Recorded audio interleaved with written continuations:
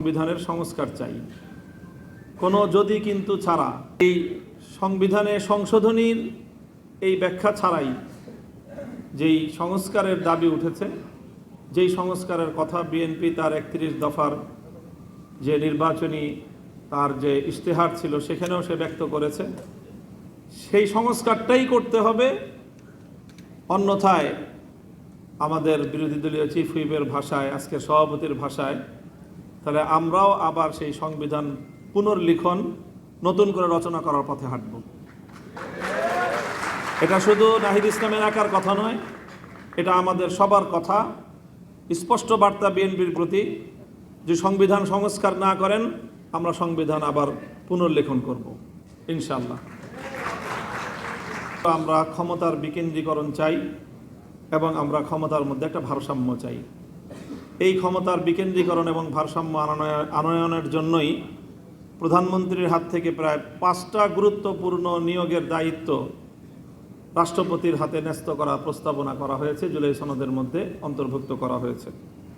মানবাধিকার, তথ্য, আইন এই কমিশনগুলোর এবং বাংলাদেশ ব্যাংকের ও এনার্জি রেগুলেটরি কমিশনের এই জায়গাগুলোতে রাষ্ট্রপতির হাতে নিয়োগের দায়িত্ব অর্পণ করা হয়েছে। স্থানীয় সরকারকে স্বায়ত্ত শাসন দেওয়ার প্রস্তাবনা রয়েছে এবং বিচার বিভাগের যে সার্বিক যে স্বাধীনতা এবং স্বকীয়তা সেটা বিচার বিভাগ এবং সুপ্রিম কোর্টের হাতে ন্যস্ত করা হয়েছে। এই প্রস্তাবনাগুলো বাস্তবায়নের মাধ্যমে আমরা মনে করি যে ক্ষমতার বিকেন্দ্রীকরণের যে আমাদের দীর্ঘদিনের যে দাবি, জনদাবি এবং ভারসাম্য প্রতিষ্ঠার যে একটা অভিপ্রায় সেটা বাস্তবায়িত হবে। এটা হলো আমাদের দ্বিতীয়। তৃতীয় হলো আমরা রাষ্ট্রের মধ্যে দলীয়করণ এবং দুর্নীতিমুক্ত প্রশাসনিক কাঠামো চাই। কাজে এখানে পিএসসি, দুদক এবং মহাহিসাব রক্ষক সহ এই জাতীয় গুরুত্বপূর্ণ জায়গাগুলোতে নিয়োগের যেই ব্যবস্থা বা নিয়োগের যেই সিস্টেম সেটা বাছাই কমিটির মাধ্যমে এই নিয়োগগুলোর ব্যবস্থা করতে হবে। দলীয়করণ এবং দুর্নীতিমুক্ত একটা সমাজ এবং একটা রাষ্ট্র আমরা গড়তে চাই। নিরপেক্ষ এবং স্বচ্ছ একটা নির্বাচন চাই।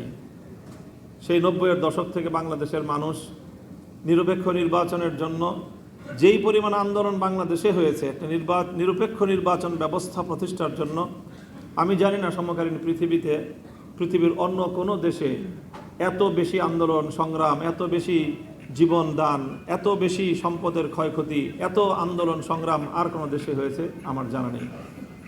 এরপরেও যদি বাংলাদেশের মানুষ একটা নিরপেক্ষ স্বচ্ছ নির্বাচনের নিশ্চয়তা না পায় তাহলে এটা হবে আমাদের জন্য খুবই দুর্ভাগ্য এবং হতাশার কারণ।